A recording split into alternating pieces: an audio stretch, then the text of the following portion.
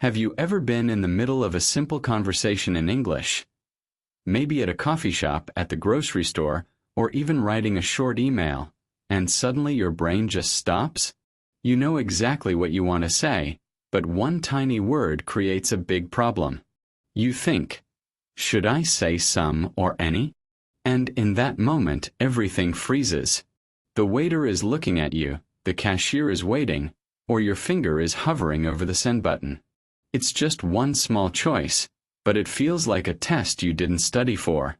If that has ever happened to you, don't worry, because today we're going to solve that problem once and for all. Yes, and the good news is that this is not a complicated grammar lesson. You don't need long rules, big charts, or confusing explanations. Today, we're going to show you how some and any really work in everyday English, how people actually speak in real life. By the end of this episode, you won't just understand the rules.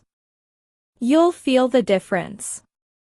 Hey, everyone, welcome back to Speak English Every Day, your daily English practice podcast. This is the place where you learn real English through natural conversations, clear explanations, and practical examples you can use in your daily life. No complicated grammar lectures, just useful English, step by step, every single day. I'm Tony, and I'm here with Sarah. We're really happy you decided to spend a few minutes of your day with us. Whether you're listening on your way to work, during a walk, or while you're relaxing at home, you're doing something great for your English. Just showing up and listening is already a big step forward. And if you're new here, make sure to subscribe so you don't miss our daily episodes. Every day, we bring you short, practical lessons to help you speak more naturally and more confidently. Remember, you don't need to study for hours. Small steps every day can create big changes in your English. And today's step is all about understanding some and any in a way that finally makes sense. So Sarah, something a little strange happened to me this weekend. It wasn't a big problem, nothing dramatic, but it was one of those small moments that makes you realize how confusing English can be. I was at the supermarket with my sister, just doing normal grocery shopping, nothing special. We were walking through the dairy section, looking at eggs, milk, yogurt, all the usual things. And suddenly she asked me, "Do we need some eggs?" It sounded completely natural, but right after that I asked her, "Do we have any milk?" And in that exact moment my brain just stopped. Oh, I know that feeling. It's like your mind suddenly zooms in on one tiny detail and everything else disappears. You're not thinking about the shopping list anymore or what you're going to cook for dinner. You're just standing there, staring at the milk, thinking, wait, why did we use different words? It's such a small difference, but it feels important, and you're not sure why. Exactly. I was literally standing there between the yogurt and the cheese, holding a carton of milk, and I started thinking, okay, she said some eggs in a question. I said any milk in a question. They're both questions. So why are the words different? And the more I thought about it, the more confused I became. It felt like one of those moments when you're trying to remember a math formula and your forehead starts to tighten because your brain is working too hard. That's actually a very common experience for English learners. You learn a rule in school, maybe something like, use some in positive sentences and any in negatives and questions. And that rule is helpful at first. But then you start listening to real conversations, and you notice that native speakers don't always follow the rule exactly the way the textbook says. They switch between some and any in ways that feel natural to them, but confusing to learners. Yes, and that's what really caught my attention. As we continued shopping, I started paying closer attention to what people were saying around me. A couple near us was talking about dinner, and I heard the woman say, "Should we get some bread?" Then a few minutes later, a man in another aisle asked, "Do we have any butter at home?" And suddenly I realized this wasn't just my sister and me. That's the moment when language learning becomes interesting. First, you notice something. Then you start asking questions. And finally, you look for the pattern behind it. Most of the time, there is a reason. It's not random. Native speakers aren't just guessing. They're following a logic, but it's not always the same logic you see in grammar books. It's often about intention, feeling, and expectation.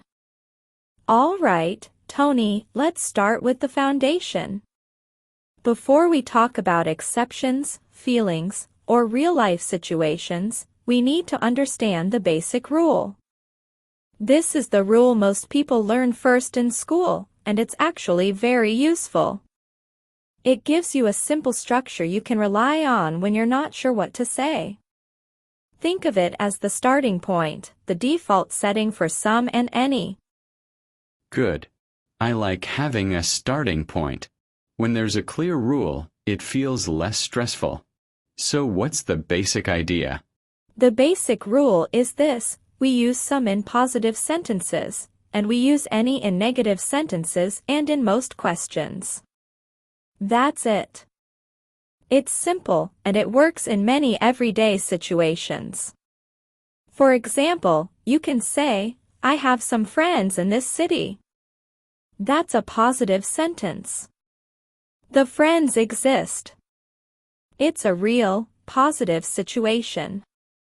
And the negative version would be, "I don't have any friends in this city." Now it's a negative sentence, so we switch to any. That makes sense. The friends don't exist in this case. It's a zero situation. Exactly. Let's try another one. There are some cookies on the table. That's positive. The cookies are really there.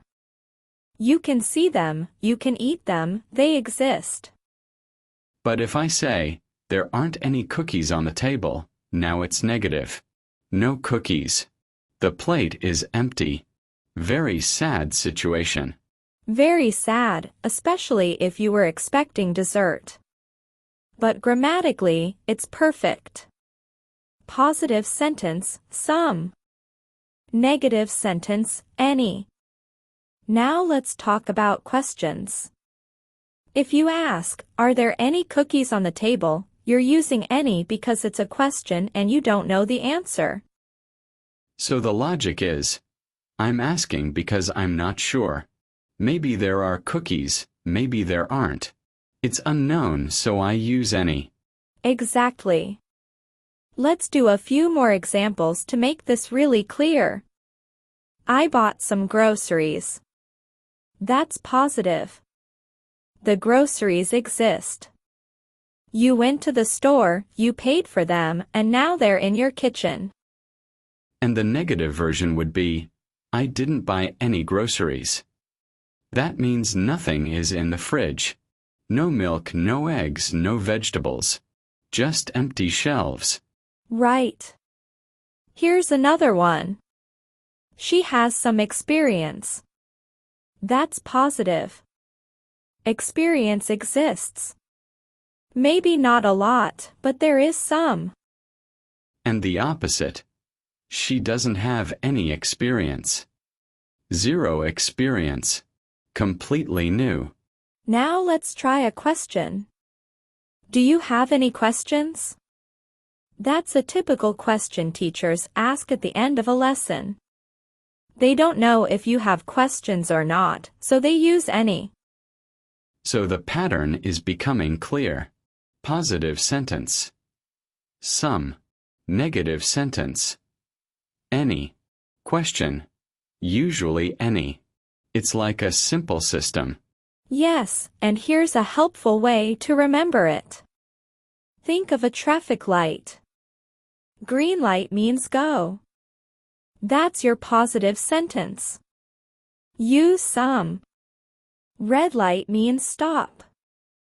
That's your negative sentence. Use any. And the yellow light is your question. You're not sure what's coming next, so you usually use any. I like that image. Green, some. Red, any. Yellow, question, usually any. It feels visual and easy to remember. And most of the time, if you just follow this traffic light rule, you'll be correct.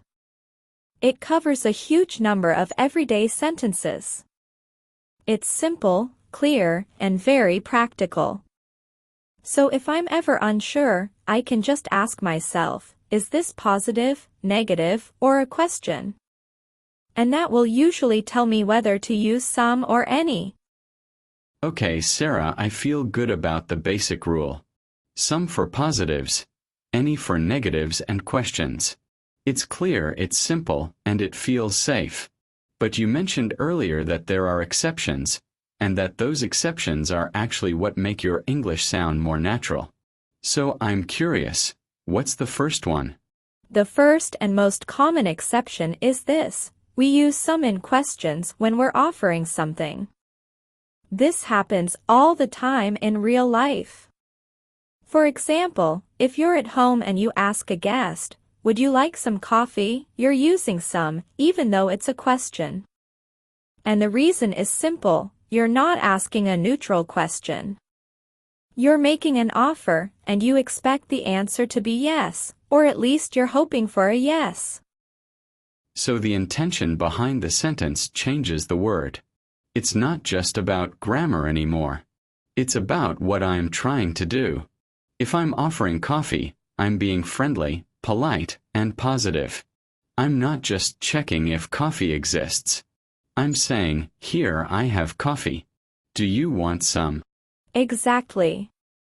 It's about the feeling behind the sentence. When you offer something, there's a positive expectation. You're assuming the other person might want it. Listen to these examples. Would you like some water? Can I get you some tea? Do you want some cake? All of these are questions, but they use some because they're offers. That makes a lot of sense. If I'm at a friend's house and they say, "Would you like some pizza?" It sounds warm and inviting. But if they said, "Would you like any pizza?" it would sound a bit cold or strange, like they're not really expecting me to say yes. Right. It's not always grammatically wrong to use any in those sentences, but it feels less natural, less friendly. Native speakers usually choose some in offers because it sounds more welcoming. It carries a positive tone. It tells the other person, "This is available, and I'd be happy if you took it." So if I'm at a cafe and the barista asks, "Would you like some sugar in your coffee?" she's offering it to me. She expects that I might say yes. It's a polite, service-oriented question. Exactly. She's not just asking a neutral question. She's offering something that is already there. The sugar is available. The offer is positive. That's why some is the natural choice. So whenever you're offering food, drinks, help, or anything else, and you expect a positive answer, some is the word you want. Now let's move to the second exception, and it's very similar to the first one. We use some in questions when we're making a request. So not an offer this time, but a request. That means you're asking someone for something, and you believe or hope the answer will be yes. For example, if you say, "Can I have some water, please?" you're using some because you're requesting water, and you expect the person to give it to you. So it's the same positive feeling as an offer, but from the opposite direction. In an offer, I'm giving something to you. In a request, I'm asking you to give something to me. But in both cases, there's a positive expectation. I'm not just asking a neutral question. I'm expecting a yes. Exactly. That expectation is the key. Think about these examples. Could I borrow some money? Can I get some help over here? May I have some more time to finish this? In all of these sentences, the speaker isn't just asking a neutral question. They're making a request, and they believe the other person will agree. That makes sense. If I'm at a restaurant and I say, "Can I have some more bread, please?" I'm not asking a philosophical question about the existence of bread. I'm asking for more bread because I expect the waiter to bring it. Exactly. The bread exists, the waiter is there, and the situation is positive. So you use some. It sounds natural, polite, and confident. If you said, "Can I have any more bread?" it would sound strange or unnatural, because it doesn't carry that positive expectation. So requests use some because I believe the answer will be yes. It's like I'm already imagining the positive result. I'm already picturing the glass of water, the extra bread, or the help I'm asking for. That's a great way to think about it. Requests are hopeful. They're positive. You're not asking randomly, you're asking because you think the other person can help you. So you use some. It keeps the tone polite, natural, and confident. Okay, so far we've talked about the basic rule, and then two exceptions where we still use some in questions, offers and requests because they feel positive. That part makes sense to me. But earlier you mentioned something that really surprised me. You said that any can also be used in positive sentences. That sounds completely opposite to the basic rule. How does that work? Yes, this is the third exception, and it's actually one of the most important ones. We use any in positive sentences when we mean it doesn't matter which one. In this case, any expresses the idea of no restrictions, no limits, or complete freedom of choice. For example, if I say, "You can sit in any chair," I'm not being negative. I'm being positive and flexible. I'm saying all chairs are okay. It doesn't matter which one you choose. Oh, so any in this case doesn't mean zero. It means all options are possible. It's like saying, "Every chair is fine. Pick the one you like." That actually feels very positive, not negative at all. Exactly. Listen to a few more examples. Call me anytime. That means there are no restrictions on the time. Morning, afternoon, evening, it's all okay. Or, you can choose any color. That means every color is acceptable. You're giving freedom to the other person. That's the core idea of any in positive sentences, no restrictions. So if I say, "I'll eat anything," I'm not being negative. I'm saying I'm flexible. All food is fine. Pizza, salad, pasta. It doesn't matter. I'm open to everything. That's a perfect example. And you'll hear this kind of sentence all the time in real conversations. I can go anywhere. Any day works for me. Ask me anything. These are all positive sentences, but any is used because the speaker is expressing flexibility and openness. Now that we understand how some and any work on their own, let's talk about a group of very common words that follow the exact same rules: someone, something, somewhere, anyone, anything, and anywhere. These are called compound words because they combine some or any with another word. And the good news is, you don't need to learn new rules. The same logic we've been using still applies. So if I understand correctly, I can just think of someone as some person, and something as something. And the same with anyone and anything. It's like the same idea, just inside a bigger word. Exactly. Let's start with positive sentences. In positive situations, we usually use the some words. For example, I saw someone at the door. That means a person exists. You saw them. It's a real, positive situation. Or, I need to tell you something. That means there is a piece of information. It exists, and you want to share it.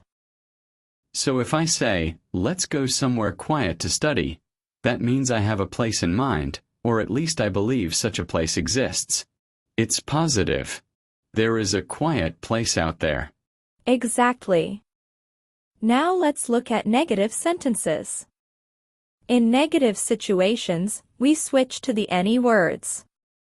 For example, I didn't see anyone at the door. That means 0 people. Nobody was there. Or, I can't find my keys anywhere. That means in no place. You looked everywhere, but they're not there. So the logic is exactly the same as before. Positive, someone. Negative, anyone.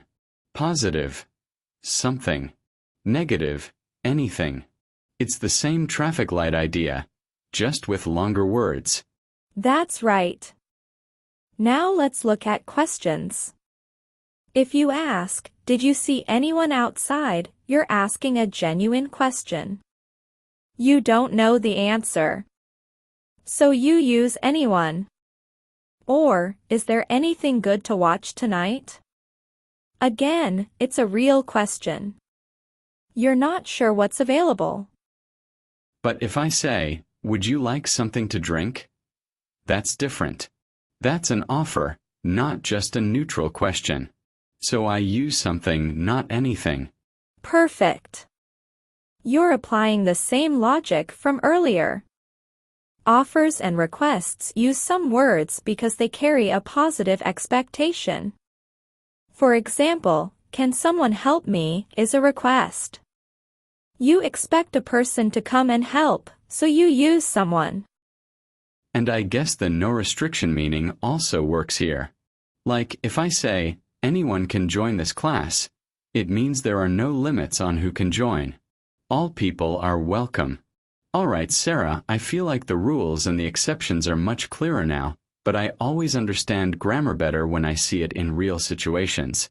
It's one thing to hear rules in isolation, and another thing to hear them in actual conversations. When I imagine people talking in a cafe, at work, or with friends, the language feels more alive, and the choices between some and any start to make more sense. I completely agree. Real-life context is where grammar becomes natural. So let's imagine a few everyday scenes. Picture this: you walk into a small coffee shop in the morning. The barista smiles and asks, "Would you like some milk in your coffee?" That's an offer, so she uses some. She expects you might say yes. You reply, "Do you have any oat milk today?" Now you're asking a genuine question. You don't know if they have it, so you use any. And then the barista says, "Sorry, we don't have any oat milk today." That's a negative sentence, so any fits perfectly. No oat milk. End of story. And I might say, "That's okay. Can I have some regular milk instead?" That's a request, so I switch back to some. It's interesting how the words change naturally depending on the situation. Exactly. Now let's move to a work scenario. Imagine you receive an email from a client. She writes, "I have some feedback on the design." That's a positive sentence. Feedback exists. Then she asks, "Do you have any time this week for a call?" That's a genuine question. She doesn't know your schedule, so she uses any. So I reply, "I don't have any time on Monday, but I have some availability on Wednesday." The first part is negative. No time on Monday, so I use any. The second part is positive. Time exists on Wednesday, so I use some. And then I might add, feel free to call any time after 2 p.m. That means there are no restrictions on the time after 2. Perfect. Now let's try a more casual situation. Imagine you're out with a friend on a Saturday afternoon, and you're both trying to decide where to eat. Your friend says, "I know some great restaurants near here." That's positive. He knows specific places. And I might say, I don't have any preference. You pick. That's negative. I have 0 preferences. No strong opinion. Then maybe he asks, do you have any cash? I forgot my wallet. That's a genuine question. He doesn't know if I have cash. And you reply, "Yeah, I have some. Don't worry." That's positive. Cash exists. You're helping your friend. Then he says, "Thanks. I'll pay you back sometime." That means at an unspecified time in the future, no exact day or hour. And in my head I might be thinking, yeah, sometime means maybe never. But that's okay. He's my friend. He can borrow any amount from me. No restrictions. See, I didn't even have to think about it. The words just came out naturally. And that's the goal. When you hear these words in real situations, you stop thinking about grammar rules and start feeling the meaning. The context tells you which word to use. And the more you listen and practice, the more automatic those choices become. Wow, Tony, what a journey today! We started with the basic rules, explored the exceptions, went through real-life examples, and even did a mini quiz. I feel like we've covered some and any from every possible angle. Listeners, if you stayed with us until this point, give yourself a pat on the back. You've just learned a huge amount in one episode. Absolutely, Sarah. And the best part is that these rules aren't just for memorization. They're for real conversations. Think back to the scenes we practiced. The coffee shop, the office, hanging out with friends. Every time you use some or any correctly, it will feel natural. And the more you practice, the faster your brain will start picking the right word instinctively. Yes. And remember, the key is to focus on the feeling behind the words. Positive situations, negative situations, genuine questions, offers, requests, and sentences with no restrictions. Once you internalize that, your English will sound so much more natural and confident. It's not about perfection, it's about communication that feels real and friendly. So before we wrap up, here's our challenge for today. Try to notice some and any in the next conversation you hear in English, whether it's a podcast, a video, or even a real chat with a friend. Ask yourself, is it positive, negative, a genuine question, an offer or a request, or maybe there are no restrictions? Observing like this will make the rules stick in your mind much faster. And if you found today's episode helpful, don't forget to hit that subscribe button so you never miss a lesson. Share this video with a friend who struggles with some and any. Comment below with which exception surprised you the most. Was it some in offers, some in requests, or any meaning no restrictions? We love reading your thoughts and questions. Thank you so much for joining us today on Speak English Every Day. We'll see you in the next episode with more practical tips and real conversations to help you sound like a confident English speaker. Until then, keep practicing, stay curious, and keep speaking English every day. Bye everyone. Remember, green light is some, red light is any in negatives, and yellow light. Usually any, except when you offer or request. Keep that traffic light in mind, and English will feel easier every day. See you next time.